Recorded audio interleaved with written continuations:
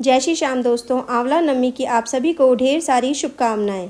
एक राजा था, उसका प्रण था वह रोज 1.25 मन आंवले दान करके ही खाना खाता था। इससे उसका नाम आंवलिया राजा पड़ गया था। एक दिन उसके बेटे बहू ने सोचा कि राजा इतने सारे आंवले रोजाना दान करते हैं, इस प्रकार तो एक दिन सारा खजाना ही खाली हो जाएगा। इसीलिए बेटे ने राजा से कहा कि उसे इस तरह दान करना बंद कर देना चाहिए। बेटे की बात सुनकर राजा को बहुत दुख हुआ और राजा रानी महल छोड़कर बियाबान जंगल में जाकर बैठ गए। राजा रानी आंवला दान नहीं कर पाए और प्रण के कारण कुछ नहीं खाया भी नहीं। जब भूखे प्यासे 7 दिन हो गए तब भगवान ने सोचा कि यदि मैंने इसका प्रण नहीं रखा और इसका सत नहीं रखा तो इसका मुझ पर से विश्वास उठ जाएगा। इसीलिए भगवान ने जंगल में ही महल, राज्य और बाग बगीचे सब बना दिए और ढेर सारे आंवलों के पेड़ लगा दिए। सुबह राजा रानी उठे तो देखा कि जंगल में उनके राज्य से भी दुगना राज्य बसा हुआ है। राजा रानी से कहने लगे, रानी देख, कहते हैं सत मत छोड़े, सुरमा सत छोड़िया पच जाए, सत की छोड़ी लक्ष्मी फेर मिलेगी आए। आओ नहा धोकर आंवले दान करें और भोजन करें। राजा रानी ने आंवले दान करके खाना खाया और खुशी खुशी जंगल में चले गए रहने लगे।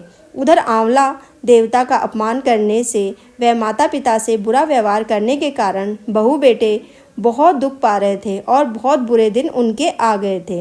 राज्य दुश्मनों ने छीन लिया और दाने दाने के मोहताज हो गए थे और काम ढूंढते हुए अपने पिताजी के राज्य में आ पहुँचे। उनके हालात इतने बिगड़े हुए थे कि पिता ने उन्हें बिना पहचाने हुए काम पर रख लिया। बेटे बहू सोच भी नहीं सकते कि उनके माता पिता इतने बड़े राज्य के मालिक भी हो सकते हैं, सो उन्होंने भी अपने माता पिता को नहीं पहचाना। एक दिन बहू ने सास के बाल गूंथते समय उनकी पीठ पर मस्सा देखा। उसे यह सोचकर रोने आने लगा और वह बहुत रोई। वो रानी बोली कि तुम ऐसा क्यों रो रही हो? तो उन्होंने बोला कि मेरी सास के माथे पे, उस पीठ पर भी मस्सा था। हमने ये सोचकर उन्हें आंवले दान करने से रोका था कि हमारा धन नष्ट हो जाएगा। आज वह लोग न जाने कहाँ होंगे। यह सोचकर बहू का रोना आने लगा और सासू टपक टपक कर सास की पीठ पर गिरने लगी आंसू। रानी ने तुरंत पलटकर देखा और पूछा कि क्यों रो रही हो? उसने बताया कि अपनी पीठ जैसा मस्सा मेरी सास की पीठ पर भी था। हमने उन्हें आंवले दान करने से मना कर दिया, इसीलिए वह घर से छोड़कर चले गए। तब रानी ने उन्हें पहचान लिया और सारा हाल पूछा और अपना हाल बताया।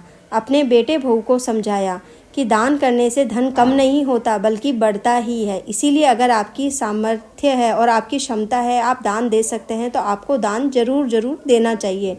बेटे बहू भी अब सुख से राजा रानी के साथ रहने लगे।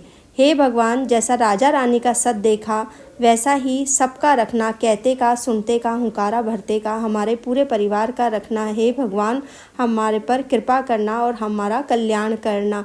जैसे राजा को दिया वैसा सबको देना। जय श्री राधे राधे।